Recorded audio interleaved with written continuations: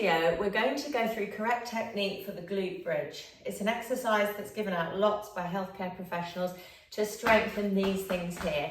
Yet I find that a lot of my clients are not quite sure how to do it. I'm Maria, I'm a personal trainer who specialises in working with older adults. Let's have a look at the glute bridge. So remember, this is an exercise that's designed to strengthen these muscles here, the gluteal muscles. Doesn't matter if you're on the floor or the bed, feet will be hip width apart. You're going to want to do it without your shoes on, without trainers on, because you need to be able to feel the foot on the floor, because that's your base of support. So feet are hip width apart. See if you can feel the big toe, the little toe, the baby toe, as well as the heel. So you've got a little triangle there, a little tripod of weight distribution.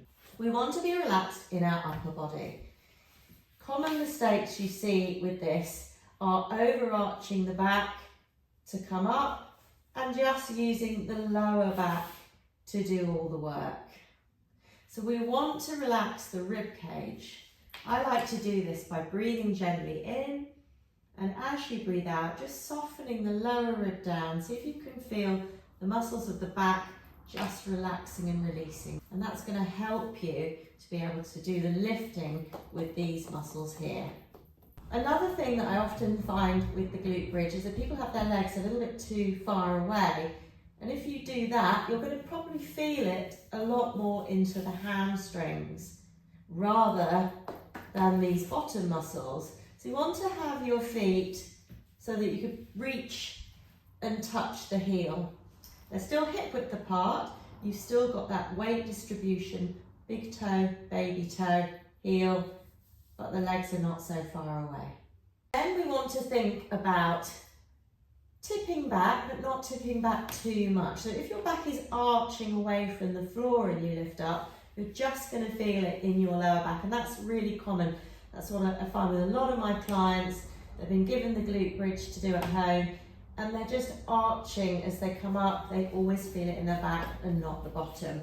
So as well as that relaxing of the rib cage, we need to do just a little tip back with the lower back. So it's not a big tip back. If you go back too far, again, you're not going to feel it in the bottom muscles. So the way I find the correct position is just to arch the lower back away from the floor, then tip it back. Do it a couple of times. Arch away, tip back, arch away, tip back, and then find a middle position that's between those 2 points. There's a little bit of contact with the lower back and the mat, but you're not pushing it back too hard. Relaxed rib cage, relaxed middle back. We've got a little gentle tip back of the lower back. We've got our feet hip width apart.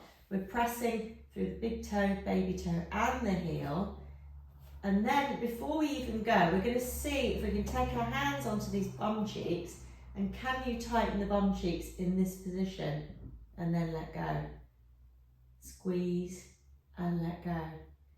So hopefully at this point you should feel a tightening of the bottom cheeks here, and then you'd be good to go, lifting up to where you can lift and then come down.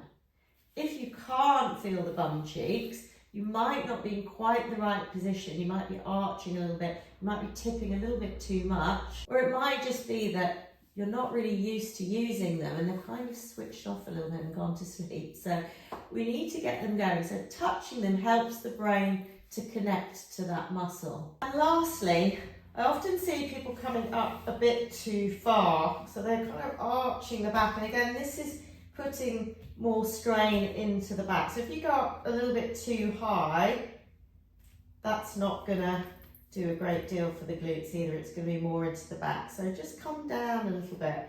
Relax that rib cage down a little bit as well. Press into the baby toe, and you should find that you feel the bum cheeks. I hope you found that useful. If you did, please like and leave some comments underneath. I hope to see you soon. Bye-bye.